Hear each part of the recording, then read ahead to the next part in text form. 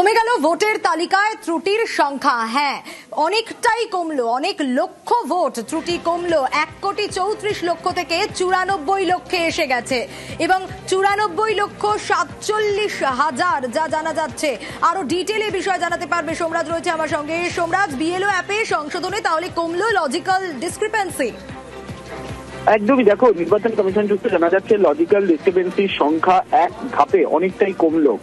প্রথম ধাপে ছিল 1,60,00,000-এরও বেশি, তারপরে সেটি কমে দাঁড়িয়েছিল 1,34,00,000 এবং সেই সংখ্যা এবারে কমে হলো 94,47,000 প্রায়।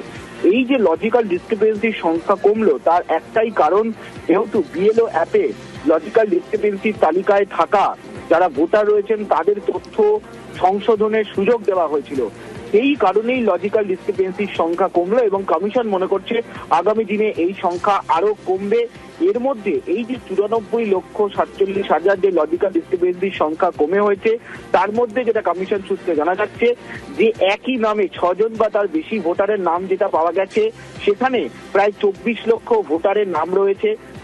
এছাড়াও যেটা জানা যাচ্ছে যে যাদের বাবার নামে মিসম্যাচ রয়েছে সেই সংখ্যাটা কমে হয়েছে 4,74,000।